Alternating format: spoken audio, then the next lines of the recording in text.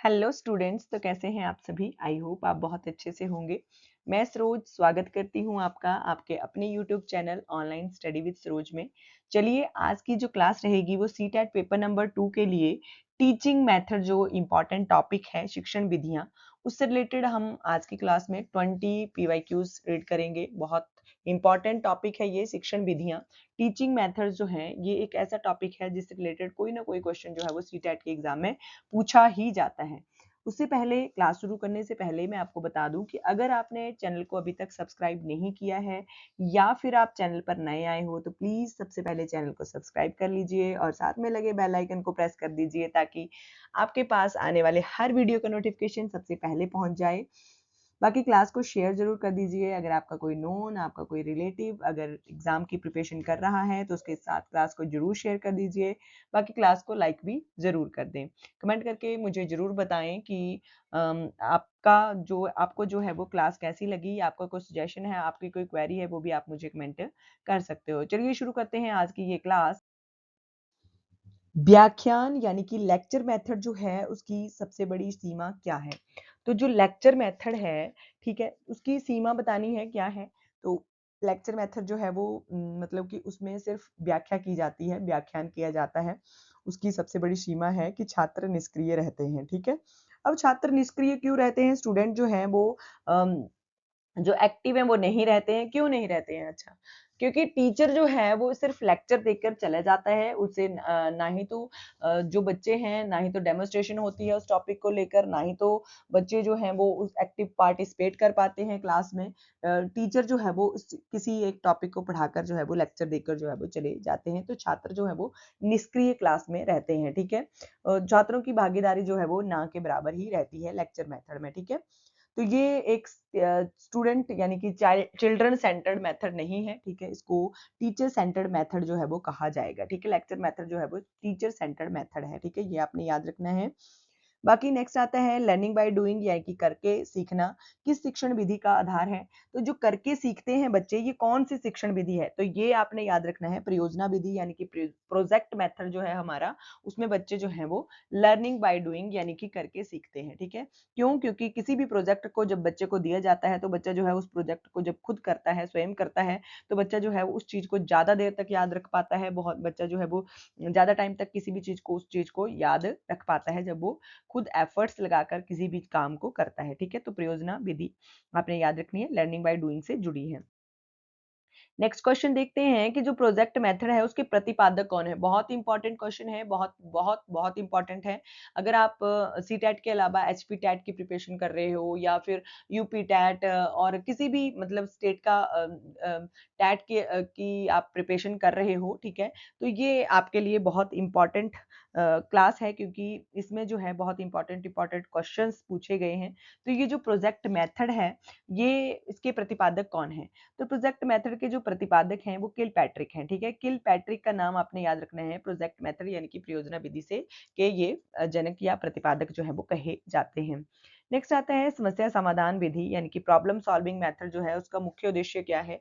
तो problem solving method यानी कि समस्या समाधान विधि जो है उसका मुख्य उद्देश्य यानी कि ऑब्जेक्ट क्या है, उसका मुख्य उद्देश्य है तार्किक चिंतन विकसित करना। ठीक है, जो ऑप्शन नंबर बी है तार्किक चिंतन विकसित करना, कि बच्चे को एक क्रिटिकल थिंकिंग मतलब बच्चे में जो है वो डेवलप करना जो है वो बच्चे प्रॉब्लम सॉल्विंग मेथड का एक उद्देश्य है। ठीक है, बच्चे में बच्चे को एक लोचनात्मक चिंतन करने योग्य बनाना। ठीक है, तार्किक चिंतन करने योग्य उस बच्चे को बनाना। ठीक है, नेक्स्ट क्वेश्चन देखते हैं कि सामाजिक विज्ञान पढ़ाने के लिए सबसे उपयुक्त शिक्षण विधि कौन सी मानी जाती है। तो सामाजिक विज्ञान यानी कि एसएसटी का सब्जेक्ट जो है उसको पढ़ाने के लिए जो सबसे उपयुक्त शिक्षण विधि मानी जाती है, सबसे जो इंपॉर्टेंट टीचिंग मेथड माना जाता है वो कौन सा है? वो है चर्चा एवं प्रयोजना विधि। ठीक है, चर्चा यानी कि डिस्कशन मेथड जो है वो बहुत इंपॉर्टेंट है एसएसटी सब्जेक्ट को पढ़ाने के लिए। और दूसरा है प्रोजेक्ट मेथड। ठीक है, जैसे प्रोजेक्ट मेथड में आप बच्चे को, जैसे मान लो कि अगर आपने कोई हिस्टोरिकल प्लेस दे दिया है रीड करने को, तो बच्चे को आप उसका भ्रमण भी करवा सकते हो, एक फील्ड ट्रिप भी करवा सकते हो बच्चे को उस चीज के बारे में। एक जो है वो प्रोजेक्ट बना कर लेके आने के लिए कह सकते हो, एक मतलब फ़ाइल बनाकर लेके आने के लिए कह सकते हो, ताकि बच्चा उस चीज़ के बारे में जाने, बच्चा उस चीज़ का चित्र बनाएगा, ठीक है? मतलब कि बच्चा जो जब उस चीज़ के ऊपर प्रोजेक्ट परियोजना विधि के रूप में जब वो काम करेगा, तो बच्चा उस चीज़ को बहुत अच्छे से सीख जाएगा, ठीक है? तो एसएसटी सब्जेक्ट को पढ़ाने के लिए सबसे उपयुक्त शिक्षण विधि कौन-सी है? डिस्कशन मेथड और जो प्रोजेक्ट मेथड है वो वाला, ठीक है? नेक्स्ट रहता है प्रश्नोत्तर विधि। अब क्वेश्चन आंसर मेथड जो है, ठीक है, उसका प्रमुख लाभ क्या है? अब क्वेश्चन आंसर मेथड है, तो ये तो सामने ही पता चल रहा है कि क्वेश्चन आंसर मेथड है, जिसमें मतलब कि अम, प्रश्न पूछे जाएँगे और आंसर किए जाएँगे, ठीक है? तो ये प्रश्न या तो टीचर की तरफ से भी हो सकते हैं और उत्तर स्टूडेंट की तरफ से हो सकते हैं, या फिर क्वेश्चन जो हैं वो स्टूडेंट की तरफ से हो सकते हैं और टीचर की तरफ से आंसर हो सकते हैं। मतलब कि दोनों तरह से कुछ भी हो सकता है। तो क्वेश्चन आंसर मेथड है ये। इसमें प्रमुख लाभ क्या है इसका? मतलब कि मतलब जी इसका जो लाभ है वो क्या मिलता है? तो इसका लाभ मिलता है कि विद्यार्थियों की सक्रिय भागीदारी होती है, ठीक है? बच्चे जो हैं वो एक्टिव होकर जो है वो पार्टिसिपेट क्लास में करते हैं, ठीक है? तो ये इम्पोर्टेंट है। नेक्स्ट देखते हैं कि प्रदर्शन विधि, जो डेमोन्स्ट्रेशन मेथड है उसका सबसे अधिक उपयोगी है। तो डेमोन्स्ट्रेशन मेथड जो है वो किस चीज़ के लिए सबसे उपयोगी है? क्योंकि ये कौशल सिखाने के लिए सबसे ज़्यादा उपयोगी है। डेमोन्स्ट्रेशन प्रदर्शन विधि जो है, बच्चे को किसी भी चीज़ को मतलब कि दिखाया जाता है, ठीक है? बच्चे का जो मतलब कि जैसे हम मान लो कि एसएसटी सब्जेक्ट पढ़ा रहे हैं, तो जब किसी भी चीज़ को के ऊपर चार्ट बनाकर बच्चे को दिखा दिया जाता है, मतलब कि प्रदर्शन कर दिया जाता है, किसी भी चीज़ को बच्चे को दिखा दिया जाता है, तो उसमें बच्चे का जो कौशल है उसका विकसित जो है वो कौशल होता है, ठीक है? नेक्स्ट आता है कि भ्रमण भ्रमण विधि जो है, फील्ड ट्रिप जो है, उसका मुख्य उद्देश्य क्या है? तो फील्ड ट्रिप तो एसएसटी के सब्जेक्ट के लिए बहुत बहुत बहुत इंपॉर्टेंट मेथड है ये वाला। तो फील्ड ट्रिप जो है वो प्रत्यक्ष अनुभव प्रदान करना, ठीक है? कि मान लो कि आप बच्चे को ना एक ताजमहल का टॉपिक पढ़ा रहे हो, ठीक है? ताजमहल बच्चे को आप पढ़ा रहे हो, तो बच्चे जो है आप बता दोगे कि ताजमहल सफ़ेद कलर का है, ताजमहल के आस-पास बहुत हरे-भरे पेड़ हैं, ताजमहल गोल शेप में है। बच्चे को आप ज चाहे जितना मर्ज़ी बता दो आप, ठीक है? लेकिन अगर आप बच्चे को बताने से ज़्यादा बच्चे को अगर आप मान लो कि ताजमहल के आप ताजमहल का बच्चे को एक टूर करवा देते हो, ठीक है? तो बच्चा जो है वो जब खुद चीज़ों को देखेगा, तो जब आप उससे आकर पूछोगे, तो बच्चा उस चीज़ के बारे में सब कुछ जान गया होगा, ठीक है? बच्चे का जो प्रत्यक्ष अनुभव है बच्चे ने प्राप्त कर लिया होगा, ठीक है? बच्चे को जो एक्सपीरियंस है वो खुद स्वयं उसने किया होगा, तो बच्चा जो उन चीज़ों को ज़्यादा देर तक याद रख पाएगा कि हाँ, हम ऐसे-ऐसे फील्ड ट्रिप पे गए थे, हमने वहाँ पे ताजमहल देखा था, वहाँ पे ऐसा था, वैसा था। मतलब कि बच्चा जो है वो बच्चे को एक प्रत्यक्ष अनुभव जो है वो प्राप्त हो जाएगा, ठीक है? नेक्स्ट देखते हैं कि भूमिका निर्वाह, जो रोल प्ले विधि है, उसका विशेष रूप से किसके विकास में सहायक है? तो जो रोल प्ले मेथड है, वो विशेष रूप से किसमें सहायक है? तो ये सहायक है सामाजिक एवं संप्रेषण कौशल में, ठीक है? सामाजिक एवं संप्रेषण कौशल में जो रोल प्ले मेथड है, मान लो कि बच्चे को हम कहते हैं कि बच्चे आपने एक दादी की भूमिका जो है वो स्टेज के ऊपर परफॉर्म करनी है, कि आपके घर में दादी और मम्मा कैसे रहते हैं, या आपके घर में जो टीचर स्टूडेंट का रिलेशन है, आपने वो रोल प्ले करके बताना है, तो बच्चा जो है वो उस चीज़ को बखूबी निभा लेता है। तो बच्चा उस चीज़ के बारे में फिर उसमें बच्चे में सामाजिक और संप्रेषण कि कैसे कम्युनिकेट करना है समाज में रहकर, बच्चे का ये वाला कौशल जो है वो बहुत ज़्यादा विकसित हो जाता है, जो भूमिका निर्वाह विधि है उसके द्वारा, ठीक है? नेक्स्ट आता है वाद-विवाद, यानी कि डिबेट मेथड जो है, उसका मुख्य उद्देश्य क्या है? तो डिबेट मेथड का मुख्य उद्देश्य है आलोचनात्मक चिंतन को विकसित करना, ठीक है? क्रिटिकल थिंकिंग को विकसित करना जो है वो वाद-विवाद का डिबेट करवाने का मुख्य मोटिव है। नेक्स्ट आता है कि मस्तिष्क उद्वेलन, जो ब्रेनस्टॉर्मिंग है उसका उद्देश्य क्या है? तो ब्रेनस्टॉर्मिंग जो है उसका उद्देश्य है अधिक से अधिक नए विचार उत्पन्न करना। मान लो कि एक उदाहरण मैं आपको देती हूँ कि आपने ना एक बच्चे को आप क्लास में पढ़ा रहे हो, तो आपने ना एक बोर्ड के ऊपर छोटा-सा सर्कल बनाया और उसके बीच में डॉट लगा दिया। अब आपने हर बच्चे को खड़ा करके पूछा कि मैंने ये क्या बनाया है? तो आप देखोगे कि हर बच्चे का आंसर जो है वो अलग-अलग होगा। अलग-अलग क्यों होगा? क्योंकि हर बच्चा जो है वो सेम नहीं होता है। बच्चे जो हैं वो बच्चा उसमें अलग-अलग विचार उत्पन्न होते हैं कि कई कई बच्चे कहेंगे कि सर ये सर्कल है, कोई बच्चे कहेंगे कि सर सर्कल के बीच में डॉट है, सर कई बच्चे कहेंगे कि मतलब कुछ भी सर्कल गोल नहीं है, मतलब कुछ भी। बच्चे जो हैं वो अपने-अपने विचार उत्पन्न करेंगे, ठीक है? तो बच्चे में ज़्यादा से ज़्यादा जो विचार उत्पन्न होते हैं उसको ब्रेनस्टॉर्मिंग जो है वो कहा जाता है। मस्तिष्क उद्वेलन कहा जाता है, ब्रेनस्टॉर्मिंग कहा जाता है। नेक्स्ट आता है खोज आधारित शिक्षण। डिस्कवरी मेथड जो है ये किसने प्रतिपादित किया था? तो डिस्कवरी मेथड जो प्रतिपादित किया था वो ब्रूनर ने प्रतिपादित किया था, ठीक है, ब्रूनर ने प्रतिपादित किया था डिस्कवरी मेथड, ये आपने याद रखना है। नेक्स्ट आता है हमारा क्वेश्चन कि सामाजिक विज्ञान में मानचित्र शिक्षण जो मैप वर्क है उसका प्रमुख उद्देश्य क्या है? तो सामाजिक विज्ञान जो है उसमें मैप वर्क का मुख्य कार्य है स्थानिक समझ विकसित करना, ठीक है, स्थानिक समझ विकसित करना। जब आप मैप बच्चे को दिखाते हो तो बच्चे में जो स्थानों को लेकर जो समझ है वो विकसित हो जाती है कि हाँ, यहाँ पर दिल्ली है, यहाँ पर हिमाचल है, यहाँ पर जो है वो महाराष्ट्र है, यहाँ पर उड़ीसा है, यहाँ पर कर्नाटक है, मतलब कि हर चीज़ को बच्चे को पता होता है कि कौन-सी चीज़ जो है वह कौन-सा स्थान जो है वो कहाँ पर है। बच्चे की स्थानिक समझ जो है वो विकसित डेवलप जो है वो हो जाती है, ठीक है? नेक्स्ट आता है सहकारी अधिगम, जो कोऑपरेटिव लर्निंग है उसका मुख्य आधार क्या है? तो कोऑपरेटिव लर्निंग का मुख्य आधार है सहयोग और समूह कार्य, ठीक है? सहयोग और समूह कार्य, बच्चों को जब हम छोटे-छोटे ग्रुप्स में डिवाइड कर देते हैं और बच्चे को क्वेश्चन सॉल्व करने के लिए दे देते हैं, तो आपने देखा होगा कि बच्चे जो हैं वो जब इकट्ठे बैठकर ग्रुप में एक काम करते हैं तो बच्चे उस काम को जल्दी हल कर लेते हैं, ठीक है? तो सहयोग और समूह कार्य जो है उसको कोऑपरेटिव लर्निंग जो है वो कहा जाता है। नेक्स्ट क्वेश्चन देखते हैं कि यदि शिक्षक विद्यार्थियों को वास्तविक जीवन की समस्या देकर उसका समाधान खोजने को कहे तो ये कौन-सी विधि है?